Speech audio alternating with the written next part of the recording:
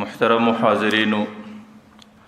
ستاسو په حضور کې ما د قرآن کریم د یو آیات تلاوت وکړ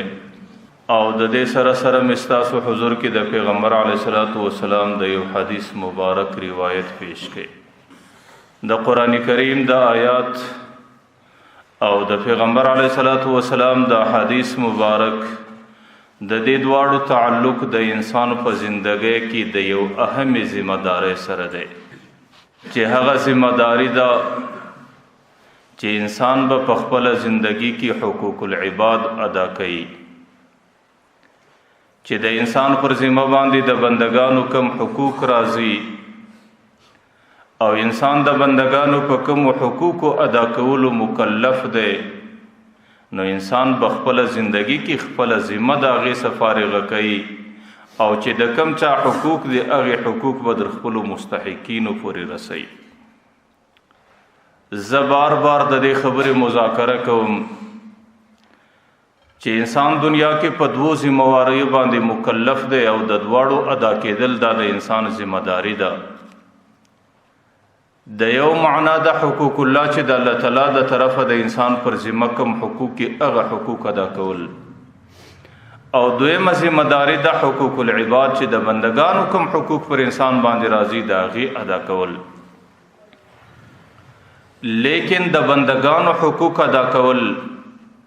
او د بندگانو د حقوقو څخه خپل ذمہ فارغه کول دا زموږ په دین کې ډیره اهمه فریضه ده او ډیره اهمه شعبه ده، او د حقوق الله د ادا کولو څخه زیاته سنگینه مسله ده د حقوق العباد ادا کول دي. ځکه که چیرې د یو انسان څخه خدا نه خواسته د الله تعالی په حقوقو کې کمی اوسي، د انسان اصل مانځه کې کمزوري اوسي، د انسان اصل په روژه کې کمزوري اوسي او د انسان اصل په عباداتو کې کمزوري اوسي، د هغې مغفرت او معافي انسان ته کېدل دا ډېر اسانه وي. چې کله پر دې عمل باندې انسان پښیماني ښکاره کړي او د ندامت او د مغفرت په اراده باندې د الله تعالی حضور کې خپل ځان پیش کړي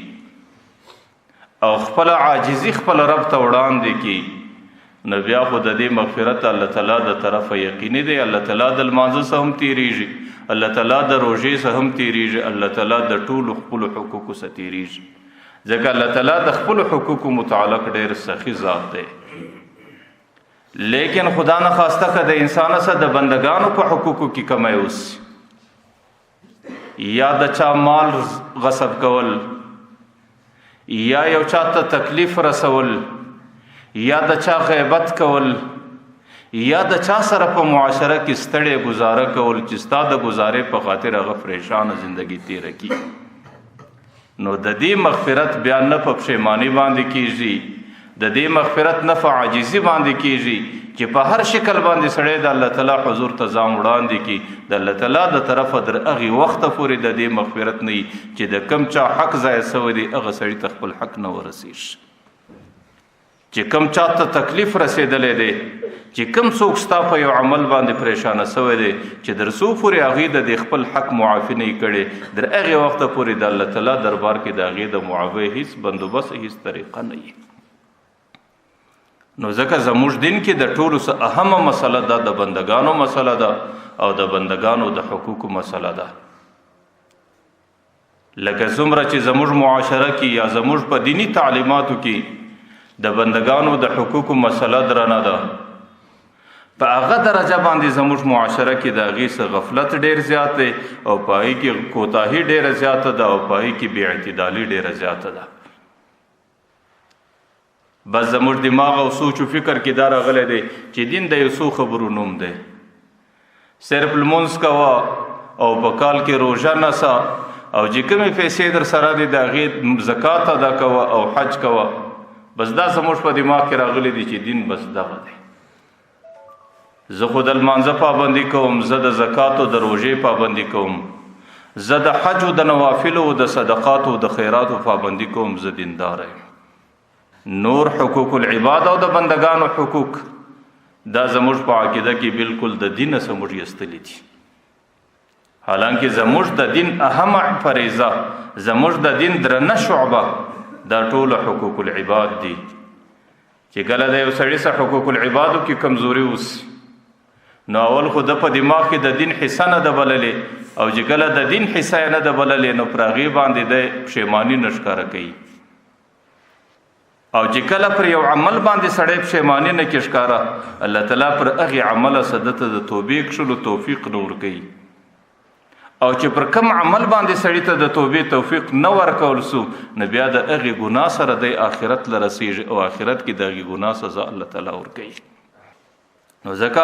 د حقوق العباد زموږ په دین کې د دین اهمه شعبه ده لیکن زموږ معاشره عام طور زیاته د هغې سره په غفلت کې زندگی تیروي زه کله د دې خبرې مذاکره کوم چې کم علم کې چې زموږ اسلامي تعلیمات موږ ته بیانېږي د هغې علم نوم د علم فقه چې د الله تعالی څومره احکام دي او زموږ د دین څومره تعلیمات دي دا ټوله موږ ته علم فقه کې بیانېږي لیکن که تاسو علم فقه سره تقسیم کې دا 4 حصې دي فدې 4 حصو کې یوه حصه صرف هغه حقوق الله دي چې د الله تعالی حقونه دي چې هغه لمونځ دی هغه روژه ده هغه حج دی هغه زکات دی لیکن د دې څخه ماسوا چې دا څومره 3 حصې د دین دي او زموږ علم فقه دا 3 حصې بیانوي دا مکمل د بندګانو حقوق نه دي یا اسلامی معاملت دی چې ته به د چا سره سودا او رانیول څنګه کوې یا اسلامی معاشرت دی چې ته به په کلي او په وطن کې زندگی څنګه تیرې یا اسلامی اخلاق دی چې ستا اخلاق او ژوند به د کور د انسانانو د بار د انسانانو سره څنګه تیریږي زه دا درته وایم د علم فقه لوی کتاب چې څوک د دې ترتیباتو سره ولد دی هغه هدایه ده چې زموږ د ټوله دین بنیاد دی او زموږ د دې ټوله دین د اسلامي تعلیماتو ماخذ دی چې موږ د دې سره اخو او تاسو چې هدایه وګورئ هدایه 4 ټوکه ده په دې کې صرف اولنی ټوک دا د حقوق الله متعلق دی چې پای کې د لمانځه ذکر هم دی پای کې د روژې ذکر هم دی پای کې د زکات ذکر هم دی هغې کې د حج ذکر هم دی بس د دې سما سوا چې 3 ټوکه د هدایې دي دا مکمل د حقوق العبادو ډک دي چې ستا نکاح وتړل سي ستا د زنانې سره به ستا زندګي څنګه وي او ستا او د زنانې سره وروسته چې الله تعالی بچان پیدا کړي د هغې بچانو تربیت به ستا هغې څنګه وي د هغې زنانې ستا پر ذمه کم حقونه دي د هغې بچانو د تربیت پر تا باندې څومره حق دی چې ته کله د کوره سره ووتې د باندې سودا کوې معامله کوې ستا رانیول په کومو شرایطو دي ستا خرڅول په کومو شرایطو دي او چې کله ته په بازار کې د چا سره کښېنې په کوم کلي کې د انسانانو سره ګزاره کوې هغې که ستا قریبان د هغې وسیله رحمي پر تا باندې کوم حق دی او که چیرې هغه ستا همسایګانې پر تا باندې د همسایتوب کوم حق دی او که چیرې هغه صرف ستا مجلسیانې پر هغې باندې د مجلس د ناستې پر تا باندې کوم حقوق دي نو ما درته ویل چې هدایه سړی ګوري نو یو جلد د هدایې یو ټوک د هدایې دا صرف حقوق العباد حقوق الله دي د دې سما سوا چې کوم 3 جلد هدایه ده او 3 ټوکه هدایه ده دا مکمله د حقوق العبادو ډکه ده نو د دې څخه دا معلومیږي چې حقوق العباد زموږ په دین کې دا ډیره درنه خبره ده او د دې ادا کول ډیره لازمي فریضه ده او د دې خپل مستحق ته د حقوق رسول دا زموږ د اسلامي تعلیماتو ډیره بنیادی حصہ ده چې د کومو انسانانو سره د سړي زندگی تیریږي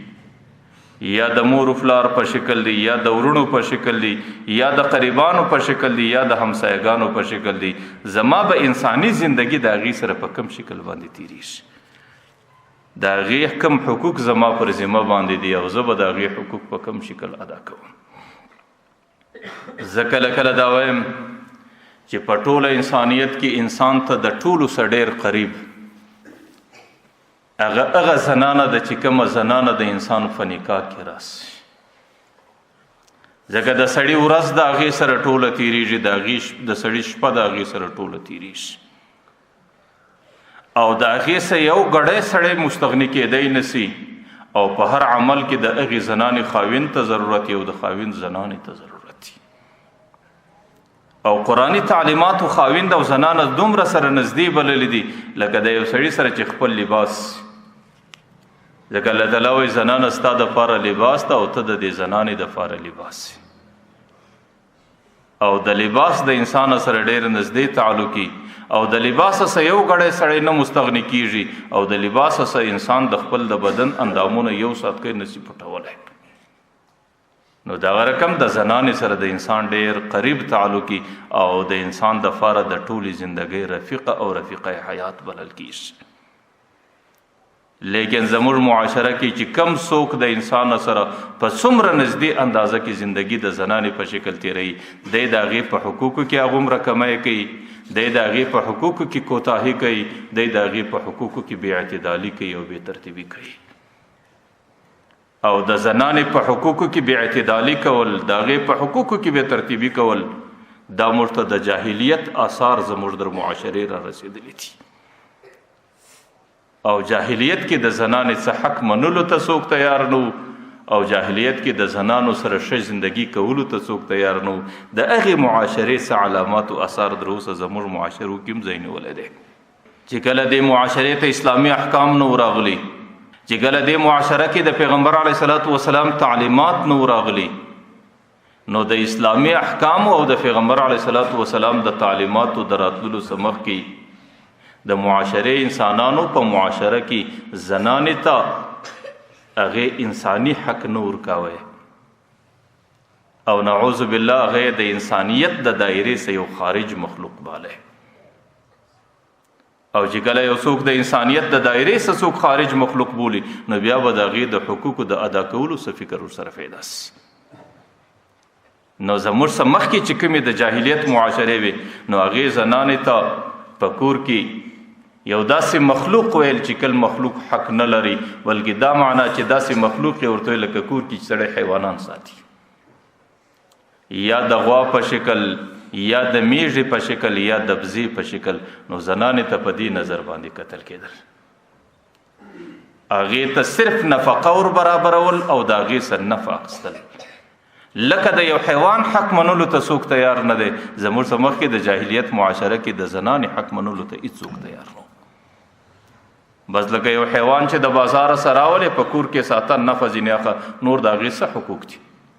دغه رقم زنانه چې کله د بله کوره سره لستا په کور کې ستا د خدمت لپاره کښېنستله، لیکن د هغې یو حق ته څوک منلو ته تیار نه. لیکن چې کله اسلامي تعلیمات رالو، قرآن کریم پیغامات پیغمبر علیه الصلاۃ والسلام را ورسول،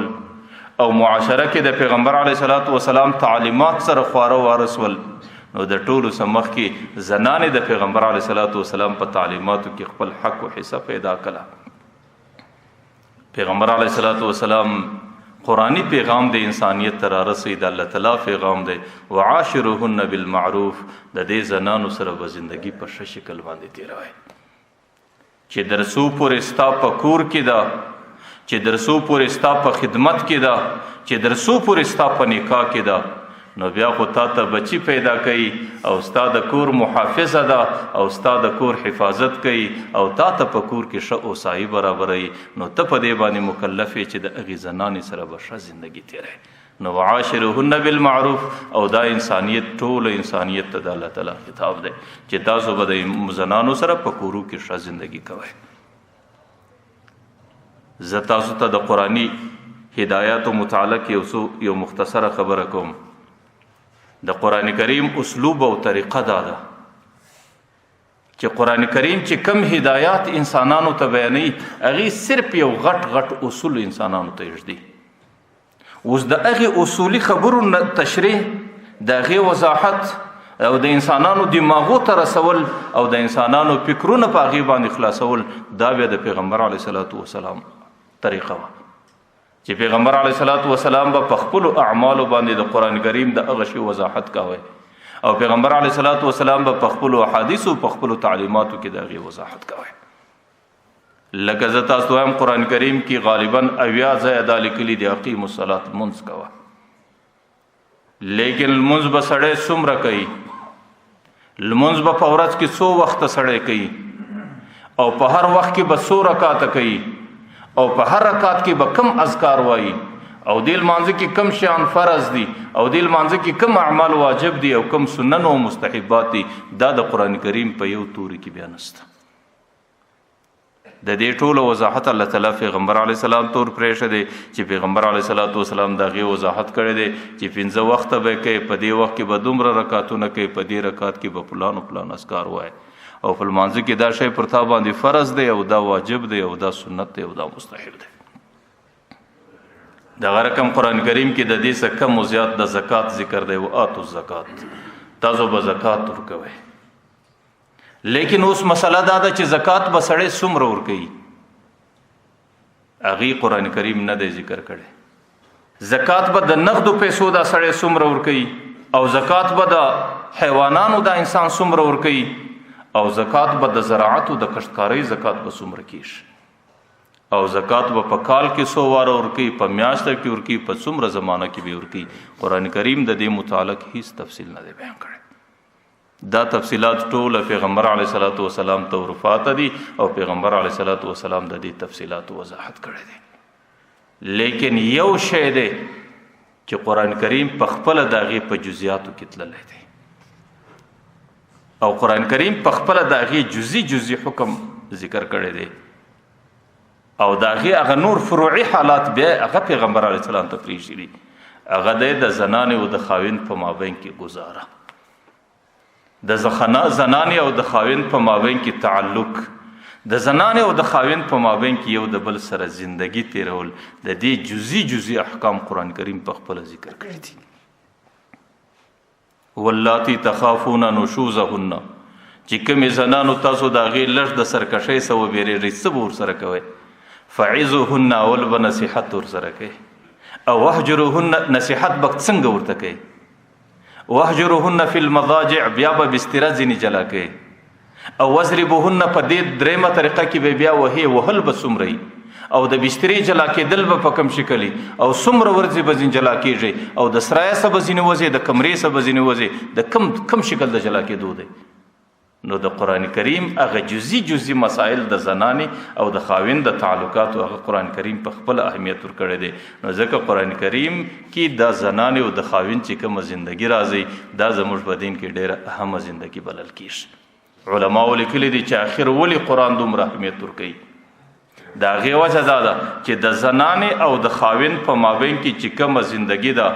دا د ټوله اسلامي معاشرې، دا د ټوله تمدني زندگی بنیاد دی. که په کم کور کې د زنانې او د خاوند زندگی په ښه شکل روانه وي، د محبت په فضا کې روانه وي، د الفت په فضا کې روانه وي، او زنانه د خاوند حقوق ادا کوي او خاوند د زنانې حقوق ادا کوي، بیا خو د هغې کور زندگی ډېره په خوشحالي کې تیریږي، بیا خو ډېره د محبت په فضا کې او ډېره د الفت په طریقه باندې تیریږي. او چې کومه معاشره کې زندگی د مور پلار د محبت او د الفت په فضا کې تیریږي، هغې معاشره کې بهترین بچی پیدا کیږي، هغه بچان بهترین تربیت اخلي، د هغې بچانو بهترین روزنه وي، د هغې بچانو په دماغ کې اصلاح او محبت ځای نسی، او هغه بچان بیا د معاشرې د مستقبل روښانه بچان جوړیږي، او بیا اسلامي معاشره ډېره ښایسته معاشره وي، چونکې دا د ټولې معاشرې بنیاد دی. لیکن کچیری کور کی زنانو او خاوند د هغې په مابین کې فضا د نفرت راله، زنانه په دې خاطر په دې کور کې زندگی کوي چې زه د خاوند ته بس مجبوره یم، بله لار نه لرم، او نور په دماغ کې د خاوند د څه نفرت دی او بغض دی، او خاوند د زنانې سره په دې شکل باندې زندگی تیروي چې بس زه و دې زنانه ته مجبوره یم، زما په کور کې ناسته ده، زه د دې کوره څه چاره نه لرم، نور د زنانې سره محبت نسته، د زنانې سره مینه نسته، او د زنانې سره ښه زندگی نسته. بیا خو د زنانې او د خاوند په مابین کې د نفرت فضا ده، او بچی د اوله زده کړه د مور او د پلار څخه کوي، د بچی د تربیت اوله زانګو د مور غیږ ده، او د بچی د زده کړې اولنی ترتیب دا د پلار اخلاق دي، چې کله بچی غریب د مور و پلار په دماغو کې د نفرت فضا محسوسه کړه، د بچی په دماغ کې د نفرت بغیر بل څه نه راځي، او د بچی د زندګۍ هغه اوله خښته د دې ځای څخه کږس، هغه شاعر نه وایي خشت اول چور نهد معمار و کج، چې کله یو څوک معمار دی، یو څوک مستری دی، هغې د دې فایې اوله خښته کږه کښېږدي، تا سوری یا میره و دیوار و کج، بیا چې دیوال در هره ځای ځي هغې په کږوالي باندې روان دی. نو چې کله د مور او د پلار زندگی د نفرت سره ډکوي او د مور او پلار په زندگی کې په خپل مابین کې الفت او محبت نه وي، نو بیا خو به د بچی زندگی د نفرت زده کړی. او چې کله بچی د ماشوموالي سره په دماغ کې نفرت رالی، په دماغ کې بد اخلاقی رااله، په دماغ کې دعوه رااله، په دماغ کې جنجال رااله او په دماغ کې ناراضګي رااله، بیا خو د هغې بچی تربیت په دغه شکل باندې کیږي. او چې کله په دې شکل د بچی تربیت وسو، بیا په مستقبل کې دا بچی معاشرې یو حصه ده او معاشره ډیره د نفرت ډکه معاشره، او الله تعالی ته ټولو معاشرو کې مبغوضه معاشره هغه چې پاکې نفرت ډیر. نو ځکه الله تعالی د بچی د دې مستقبل په خاطر، د انساني معاشرې په خاطر او د محبت د معاشرې د جوړېدلو په خاطر باندې قرآن کریم کې د زنانې او د خاوند چې کومه زندگی ده د هغې ډېر جزئیات الله تعالی قرآن کریم کې په خپله ښکاره کوي. نو ځکه پیغمبر علیه الصلاة والسلام چې اسلامي تعلیمات راځي، نو د پیغمبر علیه الصلاة والسلام په اسلامي تعلیماتو کې یو تعلیم دا دی چې د الله تعالی پیغام د ټولې انساني معاشرې ته پیښوي چې وعاشروهن بالمعروف، د زنانې سره به ښه زندگی کوي. او بیا د خپل امت ته څه وایي؟ وایي خیارکم خیارکم لنسائکم، زما امت کې بهترین انسانان هغه دی چې د هغې په کور کې د خپلو زنانو سره زندگی ښایي. ورته وانا خياركم للنساء، زما زندگی په ټوله انساني زندگی کې زما زندگی د خپل زنانو سره ډیره ښه زندگی ده، او زما زندگی د کامیابی زندگی ده. او څوک چې د کامیابی زندگی غواړي د هغې دپاره نقشه زما ژوند دی، او زما زندگی کې اولنی قدم دا دی چې زه د خپلو زنانو سره په کور کې دننه بهترینه زندگی تیروم. او بیا وروسته پیغمبر علیه الصلاة والسلام د انسانانو ته وایي استوصوا بالنساء خیرا، زه دې انسانانو ته د زنانو متعلق د خیر وصیت کوم چې د دې زنانو سره ښه زندگی تیره کړئ، او د دې زنانو سره د محبت زندگی تیره کړئ، او د دې زنانو چې په تابوت باندې په اسلامي حقوقو کې کم حقوق دي د هغې حقوقو ادا کولو وکړئ. بیا ورته ان المرأة خلقت من ضلع، زنان الله تعالی د پښتۍ څخه پیدا کړې ده. بعض محدثین د دې ترجمه دا کوي چې چونکې اولنی انسان حضرت آدم علیه السلام پیدا شوی دی،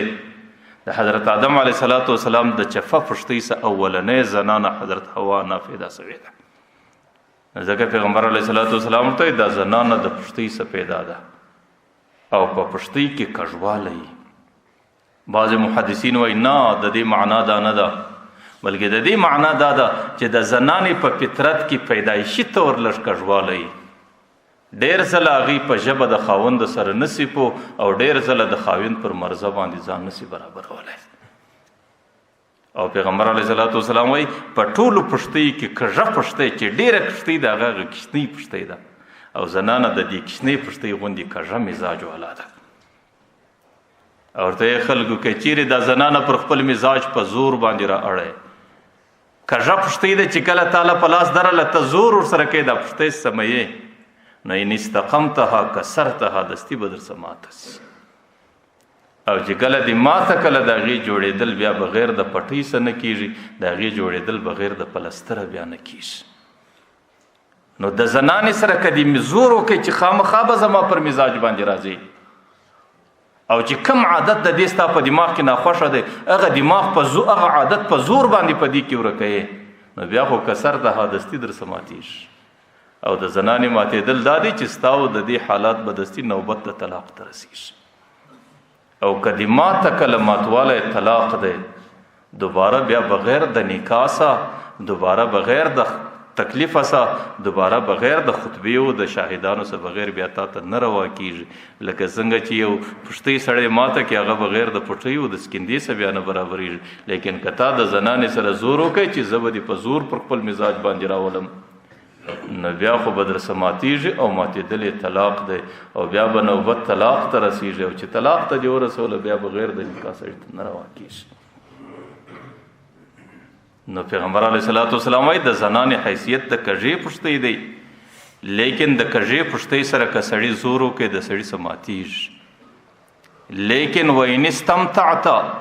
که چیرې ته نفع ځینې اخې او د دې سره زندگی تیرول غواړي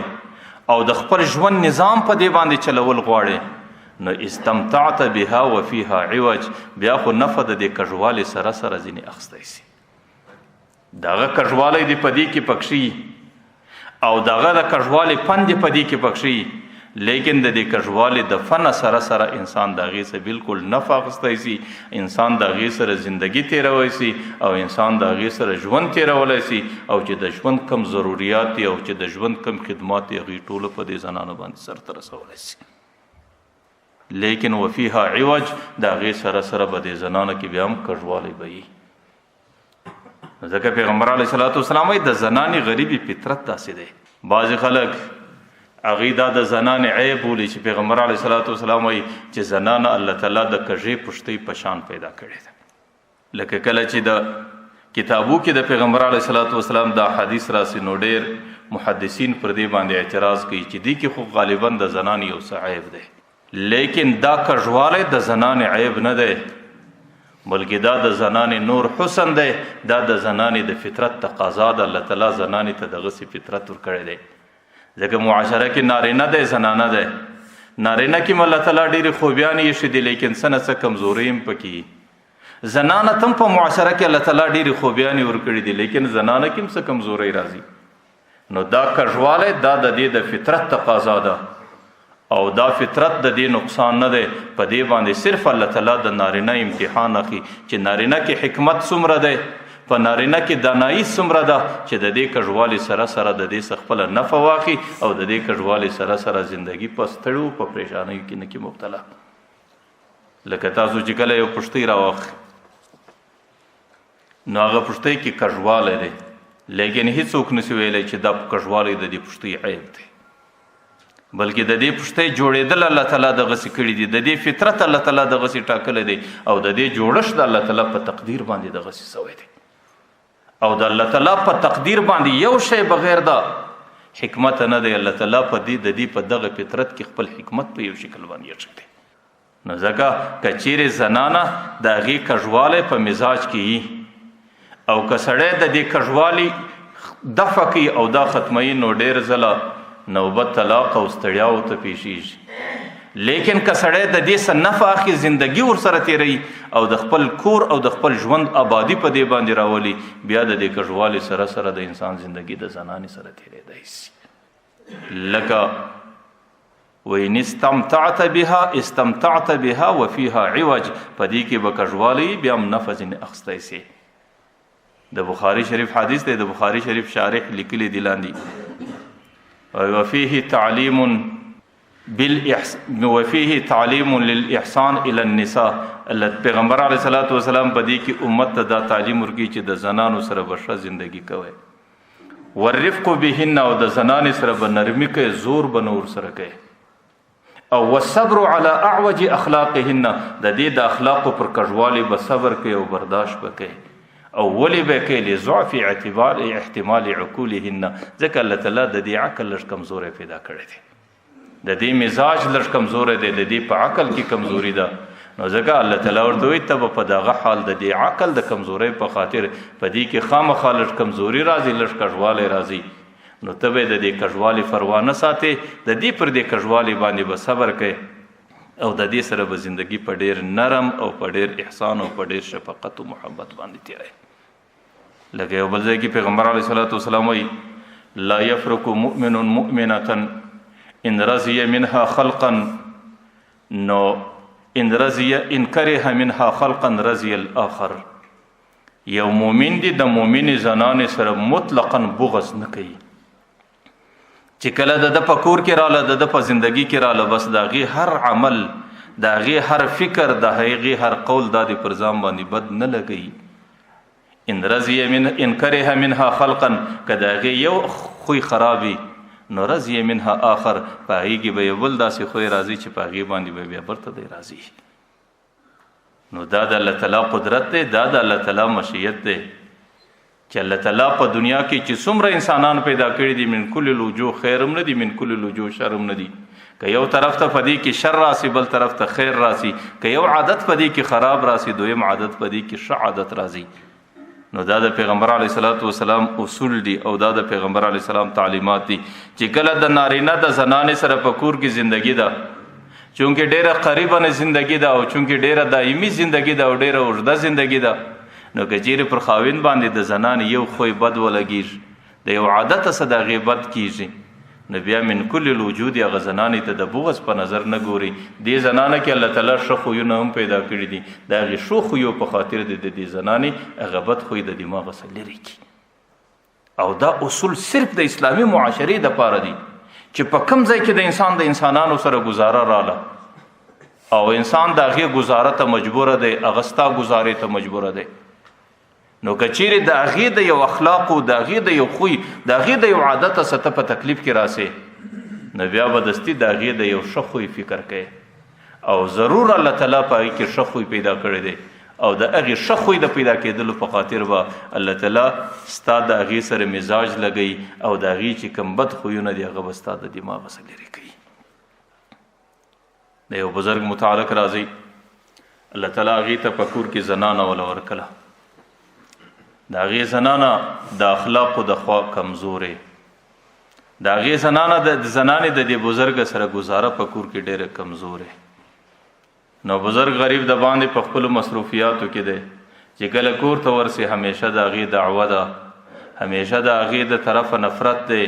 او همیشه د هغې د طرفه جنجال دی او د هغې په جنجالو کې بیا ورځ شپه ور باندې تېره سي. نو یو ورځ یو کشر شاګرد ورسره دی چې کله کور ته ورغلی،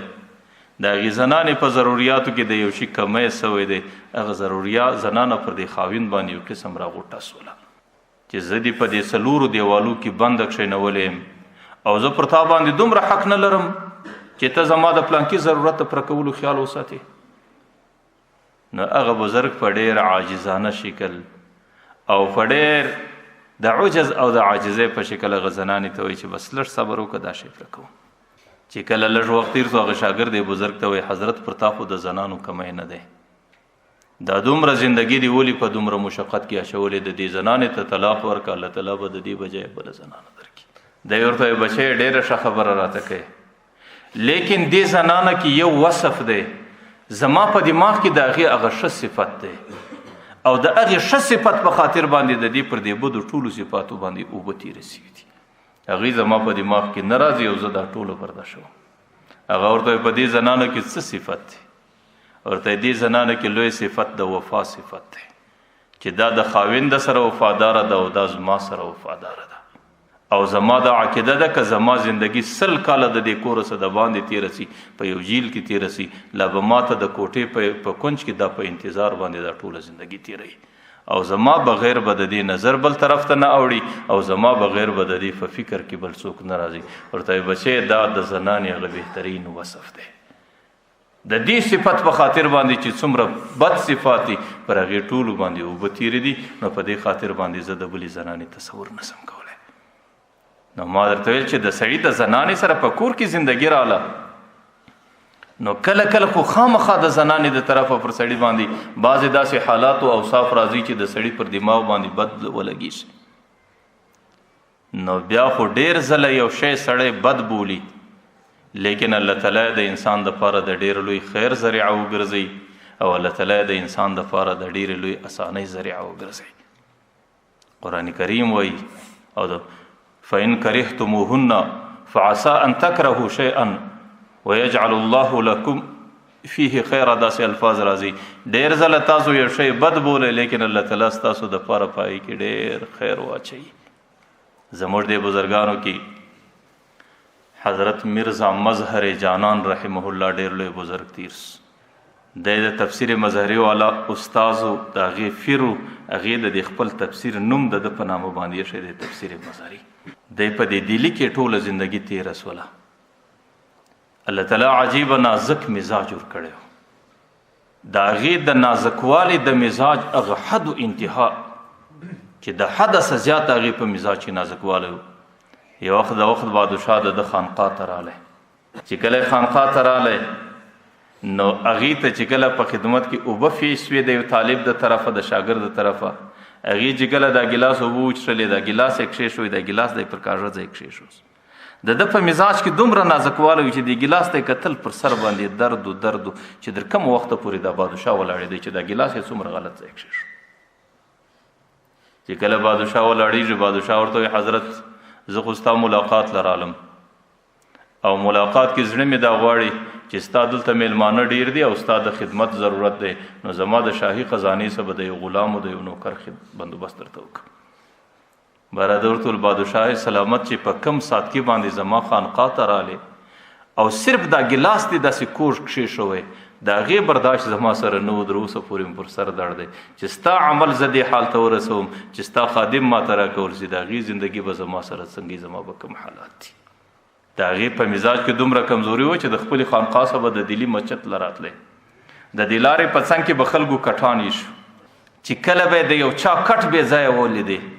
چې یا به هغې د لارې طرف ته لږ راسکېدلی وي یا به د هغې کټ کوږ پروت بیا به د غریب در ماښامه پورې د هغې د لیدلو څه پر سر باندې درد او ډېر ځله خو به داسې وو چې پر دې کټ باندې به تلتک پروت په دې تلتک کې داسې بخۍ تللي دي چې کله به پر د بخۍ باندې فکر وسو چې بخۍ به دا بله څه لږ کږه او بیا به ټول ورځ د پر سر باندې درد د الله تعالی د طرفه الهام ورته کېږي. الله تعالی ورته وایي په پلانکي ځای باندې یو زنانه ده د هغې په اخلاقو کې کمزوري ده او د هغې د کمزوري اخلاقو په خاطر باندې د هغې په کور کې ساتلو ته هیڅوک تیار نه دی. نو ورته که چیرې زما دغه زنانه په خپل کور کې ساتې او د هغې پر دې بد اخلاقي باندې برداشت کوې نو بیا به داسې درجه درکم او د دین به داسې خدمت در سره واخم او د دین به دې داسې ګل کم چې په ټولو معاشره کې به دې رڼا سره خورسي. الهام دی د الله تعالی د طرف او زموږ عقیده کې برحق دی ځکه القاء الخیر فی قلب الغیر بطریق الفیض د فیض په شکل الله تعالی دا په دې کې واچو. نو دستي راغلی د هغه زنانې سره نکاح وکړه. د هغې زنانې د نکاح څخه وروسته د هغې د طرفه چې څومره بد اخلاقي راتله د هغې د طرفه چې څومره تکالیف راتلل د هغې د طرفه چې څومره ستړي راتللې هغه یې په ډېر صبر او حوصله باندې برداشتولې. لیکن د هغې آخره صله حضرت مرزا مظهر جانان رحمه الله ته دا ورکړه چې د مځکې پر مخ باندې حضرت شاه غلام علي رحمه الله چې ډېر لوی ولی تیر سو، حضرت خالد کردی، حضرت سید محمود بغدادي، علامه ابن عابدین شامی دا ټوله د حضرت مرزا مظهر جانان په مریدانو کې رالو او د په خلیفګانو کې رالو. حالانکه د یو امی سړی او عام سړی او دا ټوله د وخت غټ علماو د غټ مفسرینو، لیکن د دې ټولو تربیت به الله تعالی ته د په ذریعه باندې کوي. یو وخت یو شاګرد کور ته واستوي چې د کور سره ډوډۍ راوړه خانقاله. شاګرد چې کله کور ته ورغلی نو هغه زنانې په ډېره بد اخلاقي باندې هغه شاګرد را جواب کوي. شاګرد چې راغلی بیا حضرت ته شکایت وکړي چې حضرت د دې زنانې څه ضرورت یې په کور کې چې هغې ستا د یو میلمه او ستا د ضروریاتو دومره پروا نه ساتي او چې ستا استازی وله ورسي هغوی په دومره بد اخلاقي باندې جواب ورکړي. دی ورته وایي بچی چې نن سخت حالات وینې چې الله تعالی زما سره کم آساني کړې ده، الله تعالی زما په حلقه اراداتو کې څومره خلک را جمع کړي دي، دا ټوله د دې زنانې برکت دی. د دې زنانې پر بد اخلاقي باندې صبر کوم او د دې زنانې د دې اخلاقو باندې برداشت کوم، د هغې په خاطر الله تعالی زندگی په دې شکل را کړې ده. نو ما درته ویل چې ډېر ځله الله تعالی زنانې ته یو خوی کمزوری ورکړي، د هغې په خاطر باندې د انسان د حالاتو امتحان اخلي او د هغې په خاطر الله تعالی انسان ته ډېر لوړ درجات ورکوي. نو که چیرې په زندگی کې د یو زنانې د طرفه د انسان سره بد اخلاقي راسي، د یو زنانې بد خوی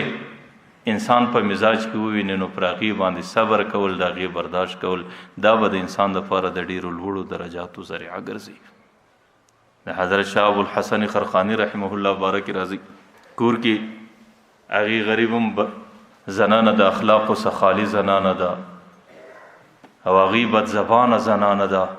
چې د هغې که میلمانه راځي د هغې سره ډېره سخته ګزاره ده. یو ورځ 1000 میله یو سړي د ده د ملاقات په خاطر باندې سفر وکړي او 1000 میله سفر ډېر لوی سفر دی چې هغې په دې نیت باندې راغلی چې زه به د ده په مریدانو کې شاملیږم او د ده په صحبت او د ده په تربیت کې به زندگی تېروم. چې کله د ډېرو ستړو څه وروسته او د ډېرو اوږدو مزلو سفرو څه وروسته د ده کور ته راغلی نو دی نسته د باندې وتلی دی. هغه زنانې چې کله د کور دروازه ور وټکوله نو هغه زنانه ورته راووتله. دی ورته حضرت شیخ چیرې دی؟ هغې چې د دې شیخ نوم واورېدی په دومره سختو الفاظو ورته وبهیدله چې تاسو څوک یاست، د کومه ځایه روان یاست، د کوم سړي سره چې زما زندګي د زه د هغې په حالاتو خبر یم چې هغې کې نه شیخیت سته، په هغې کې نه ښه سړیتوب سته، نه په هغې کې انسانیت سته، تاسو د چا پر نامه را روان یاست؟ نو هغه زنانې چونکې ډېرې بدې خبرې د هغه بزرګ متعلق دې میلمه ته وکړې، هغه میلمه پر دې خپله ستړیا باندې په ژړا سو چې الله زر میله مې سفر وکړی او دومره ستړیاوې مې برداشت کړې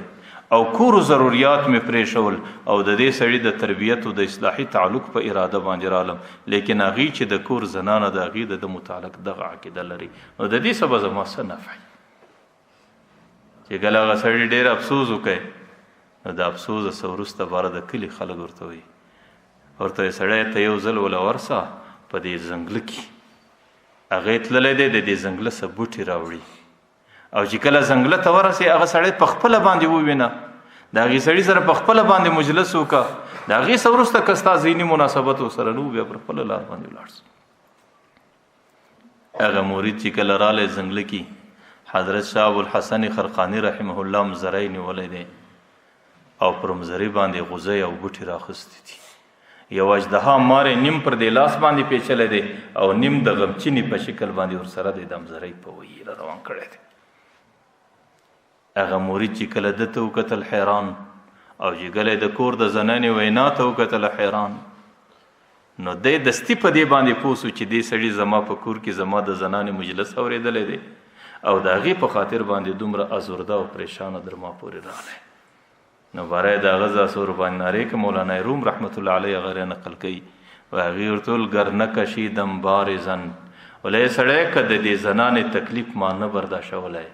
کی کشید و شیر نر بیگار من،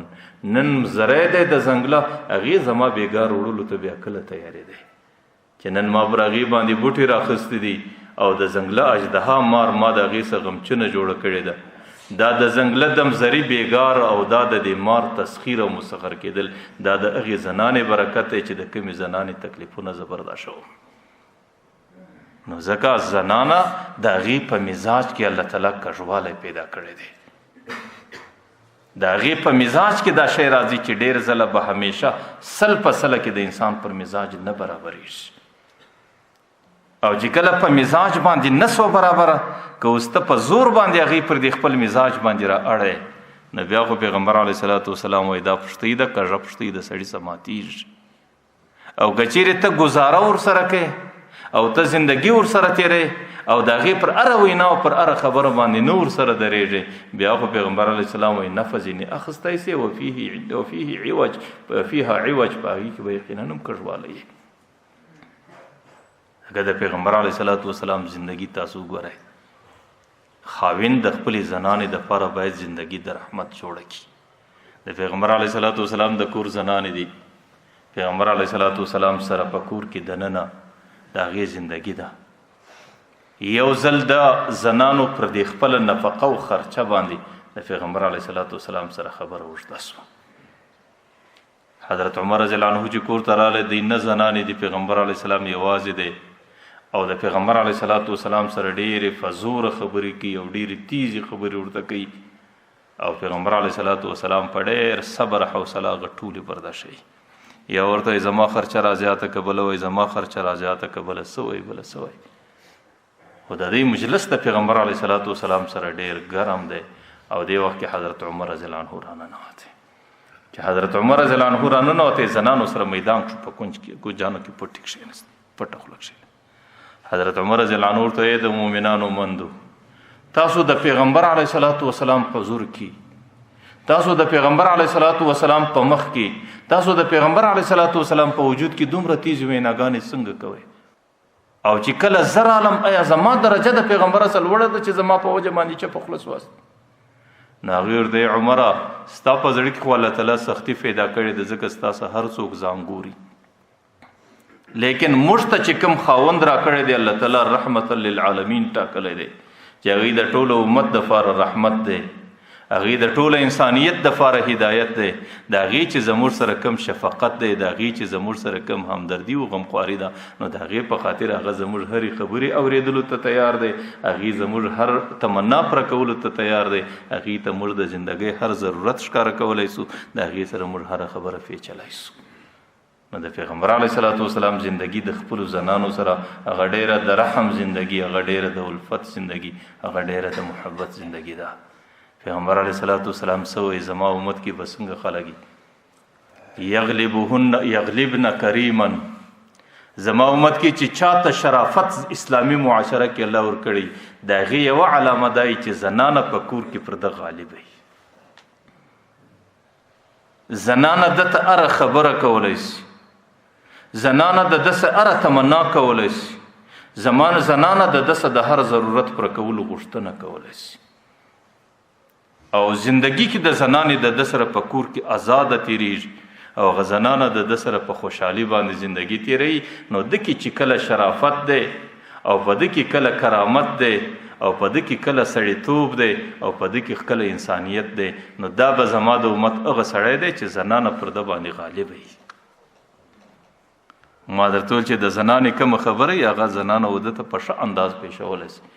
نه د ده څه وهم کوي، نه د ده څه بیره کوي، نه د ده څه په څه روب کوي، نه د ده څه په څه دباو کوي. بس لیکن ویغلبهن لئیم، چې زما امت کې څومره لئیم سړی دی، عربي کې د لئیم ترجمه په رذیل باندې کېږي، چې زما امت کې د چا په مزاج کې رذالت دی، د چا په امت په مزاج کې خصاصت دی، هغې به پر دې زنانو باندې غالب وي. چې بیا کور ته راسي، یا د کور بوډا دی یا د کور ځوان دی، بیا خاص کر زموږ استاسو معاشره ده چې کله د روژې زمانه وي نو دی صاحب د نسوارو عادتي دی، اوس د ګرده ورځ نسوار نه دی کړي چې کور ته راننوتی، یا د ده ځای نه دی اوار سوی، یا د ده د اوداسه ګډوه نه ده برابره سوې، بیا دی داسې حالات جوړوي چې هغه زنانه غریبه د کور په یو کونج کې ځم پټېږي او بیا زنانه د ده څه په یو شکل محفوظه ځان نه بولي. د پیغمبر علیه صلات وسلام یې که روژې نه شي که لمنځونه کوي که هر څوک کوي، زما د امت رذیل سړی دغه دی چې یغلبهن لئیم، او چې پر کم سړی کې دغه خصاصت او کمزوري پر هغې باندې زنانه هغې پر زنانه باندې غالب وي. زنانه غریبه خبره نشي ورته کولی، زنانه د ده په کور کې د یو مینځي په شکل باندې ګرځي، چې د ده د خولې څه کومه خبره زنانه ته راوځي هغې د نفرت خبرې، هغې د بغض خبرې، هغې د عناد خبرې، هغې د بد اخلاقۍ خبرې. پیغمبر علیه صلات وسلام عجیبه زندگی د زنانو سره، پیغمبر علیه صلات وسلام د حضرت عایشې مبارکې سره ناست دی، دا په هر کور کې راځي دا خبرې. پیغمبر علیه صلات وسلام ورته عایشې چې کله زما څه خوشحاله نو ما ته رامعلومیږي او چې زما څه ناراضه هم ما ته رامعلومیږي. حضرت عایشه مبارکه ورته د الله رسوله څنګه در معلومیږي چې دې وخت کې زه ستاسو خوشحاله یم، په دې وخت کې زه ستاسو ناراضه یم. ورته په کوم وخت کې چې ته زما څه ناراضه یې چې خبرې کوې، عربو کې عادت د قسم ډېر دی، نو ته دستي وایې ورب محمد، زما دې د محمد په رب قسم چې دا خبره داسې ده. نو دې وخت کې ته زما نوم یادوې او زما په نامه باندې یادولو سره ما ته دا معلومیږي چې عایشه په دې وخت کې زما سره راضي ده او زما سره خوشحاله ده. ورته عایشې چې کوم وخت زما سره ناراضه یې نو بیا ما ته معلومیږي ته په خبرو کې دستي ورب ابراهیم، زما دې د ابراهیم په رب قسم،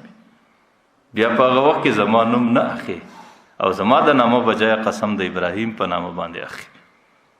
حضرت عایشې مبارکې باره وخندل، ولې د الله رسول والله لا اهجر الا اسمک، په خدای قسم دا ستا نوم صرف زما د خولې څه لري، د زړه و د دماغ څه مې ستا محبت یوه ذره په هغه وخت کې هم نه وتلی،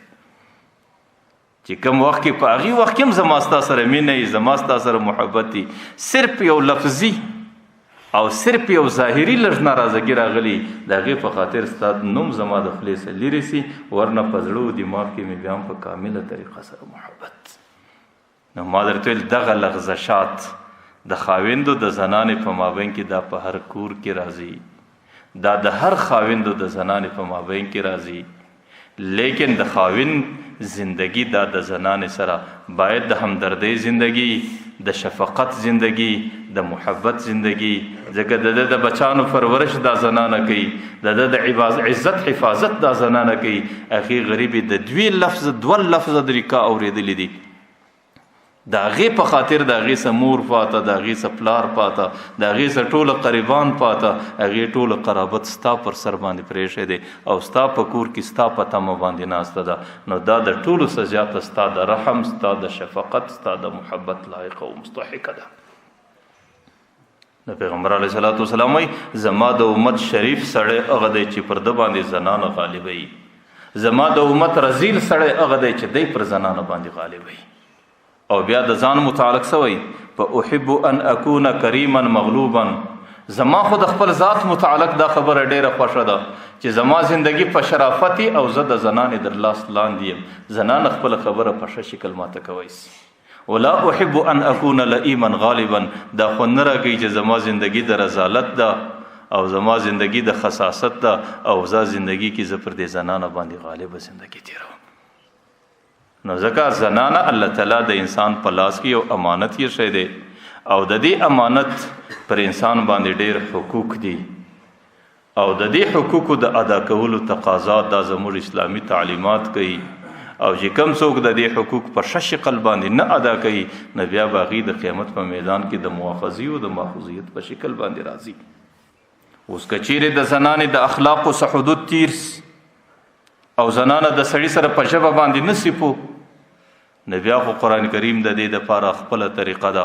چې اول به دې زنانې ته وعظ کوي، وعظ به در کومه حده وي. دویم به د دې زنانې څه بستره جلا کوي، څو ورځې به جلا کوي. او دریم به دې زنانې ته ضرب وهل ورکوي، در کومه حده پورې د وهلو اجازت دی. نو چونکې وخت مختصر دی د دې متعلق را روانه جمعه کې څه مذاکره کوو. الله تعالی دې قبوله وګرځي. واخر دعوانا